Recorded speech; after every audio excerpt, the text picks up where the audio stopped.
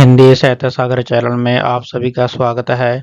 मेरा नाम जंगीर सिंह है। यदि आप मेरे चैनल पर नए हैं तो मेरे चैनल को सब्सक्राइब, लाइक और शेयर जरूर करें। दोबारा फिर आपका बहुत बहुत धन्यवाद, शुक्राना 1.16 के सब्सक्राइब होने पर।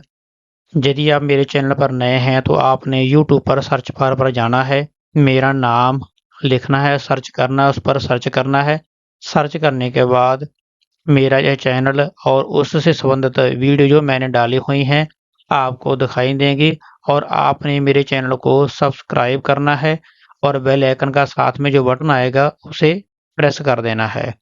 तो इस प्रकार 10वीं कक्षा की भी मैंने वीडियो डाली हुई हैं, 11वीं कक्षा की भी और +2 कक्षा की भी, साथ में ग्रेजुएशन के भी बहुत सारे लेसन मैंने डाले हुए हैं। यदि आपने यह पहले नहीं देखे हैं तो कृपया करके सबसे पहले वो लेसन देखें, उसके बाद जो आज वाली वीडियो है उसे शुरू करें। तो आज हम करने वाले हैं जयशंकर प्रसाद जी के द्वारा लिखी गई कविता जाचना। पहले हमने की थी सच्ची मित्रता। ये दोनों कविताएं ऐसी कविताएं हैं जो हमें जिंदगी का उद्देश्य बताती हैं, रास्ता बताती हैं, निर्देश बताती हैं। जिस प्रकार सच्ची मित्रता में बताया था कि सच्ची मित्रता कैसी होती है, सच्चा मित्र कैसा होता है, उसी प्रकार जयशंकर प्रसाद जी ने यहाँ पर बताया है कि ईश्वर से याचना कैसे करनी है, अर्थात प्रार्थना कैसे करनी है, बेनती कैसे करनी है। याचना का अर्थ होता है बेनती, विनम्र भाव से करनी है और उसी का ही इस कविता में निचोड़ दिया गया है। सबसे पहले है पहला ग्राफ, याचना। कहते हैं जब प्रलय का हो समय, ज्वालामुखी निज मुख खोल दे, सागर उमड़ता आ रहा हो, शक्ति साहस बोल दे, गृहगण सभी हों केंद्र च्योत, लड़कर परस्पर बगन हो, इस समय भी हम हे प्रभु तब पद्म पद में लगन हो।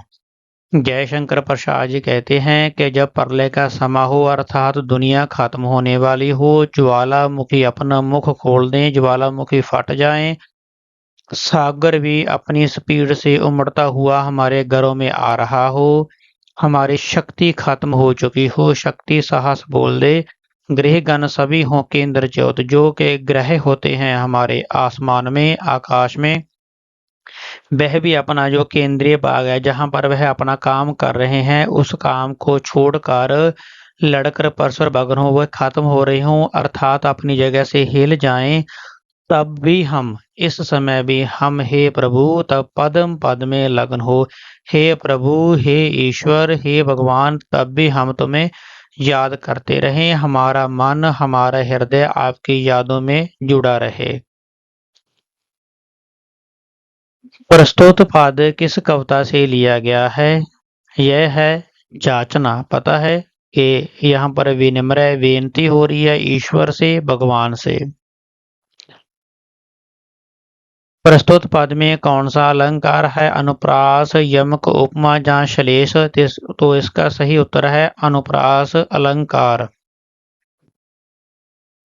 प्रस्तुत पद में किस रस का प्रयोग हुआ है? वीर रस का, अद्भुत रस का, शांत, श्लेष अलंकार। जो अरदास होती है, विनम्र बेनती होती है तो वह शांत रस में ही होती है, ऐसा भी आप इसे याद कर सकते हैं।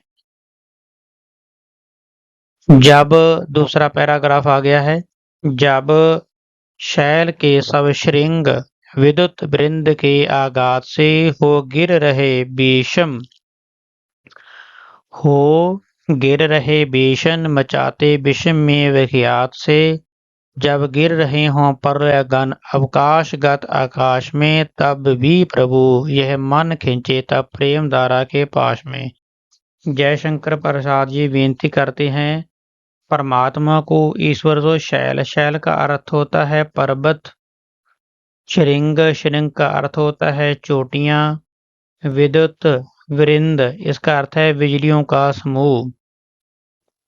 कहते हैं कि जब शैल के सब श्रृंग विद्युत वृंद के आघात से जब पर्वत गिर रहे हों, चोटियां गिर रही हों, बिजलियों का समूह इकट्ठा रोशनी कर रहा हो अर्थात भयंकर चानन हो रहा हो, भयंकर बाप बन रहे हों मृत्यु के, हो गिर रहे बेशन मचाते विश्व में व्यग्यास, अर्थात पूरे विश्व में, पूरे संसार में हाहाकार मची हुई हो, जब गिर रही हों प्रलय गण अवकाशगत आकाश में, जब खाली आकाश में महानाश के बादल गिर रहे हों, तब भी हे प्रभु यह मैं मन खींचे तब प्रेम धारा के पास में, तो मेरा मन हे प्रभु, हे ईश्वर, हे भगवान तुम्हारे ऊपर ही लगा रहे, अर्थात मैं तुम्हें ही याद करता रहूं, अपने हृदय से, अपने मन मस्तिष्क से प्रेम धारा आपकी बहती ही रहे।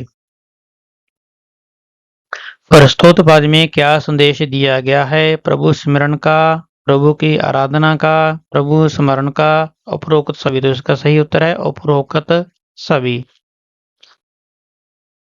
दूसरा प्रश्न है, प्रस्तुत कविता में किस रस का प्रयोग किया गया है? अद्भुत रस का, शांत का, करुण रस का या हास्य रस का? तो इसमें किस रस का प्रयोग है? पहले भी मैं बता चुका हूँ, शांत रस का, क्योंकि जो अरदास होती है हमेशा शांत भाव में ही होती है।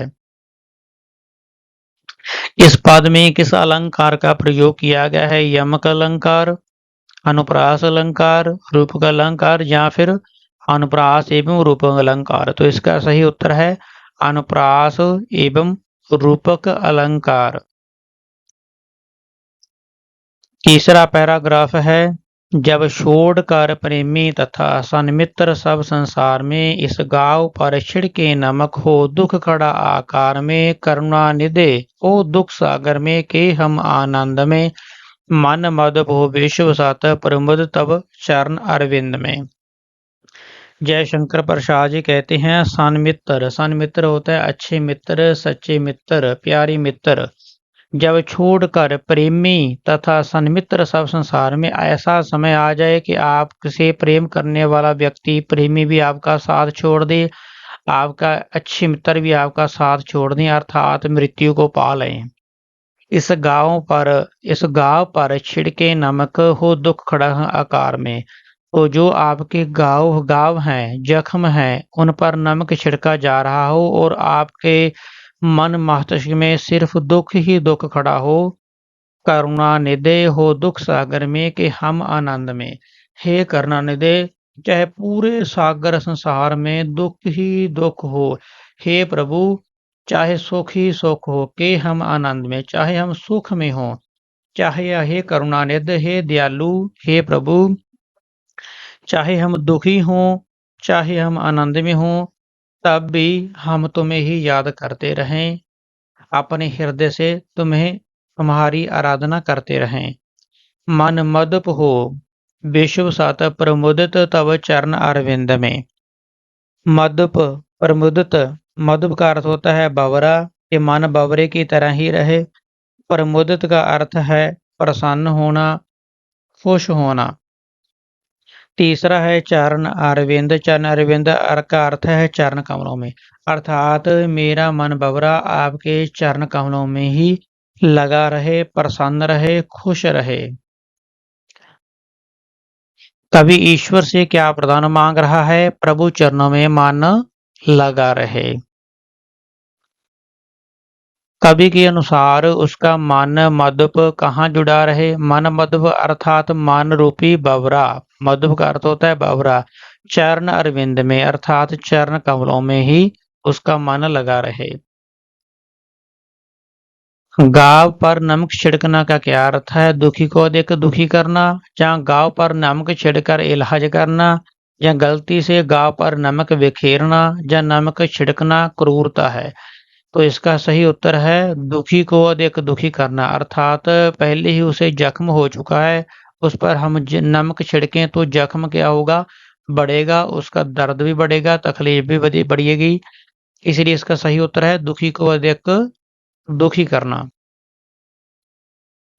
लास्ट पैराग्राफ है, हम हो प्रसन्न सुमन की सेज पर, कंटकों की बाढ़ में, हम प्राण पर प्राण दान तुम छिपे रहना इस हृदय की आड़ में। हम हो कहीं इस लोक में, उस लोक में, भूलोक में, तब प्रेम पथ में ही चले हे नाथ तब आलोक में।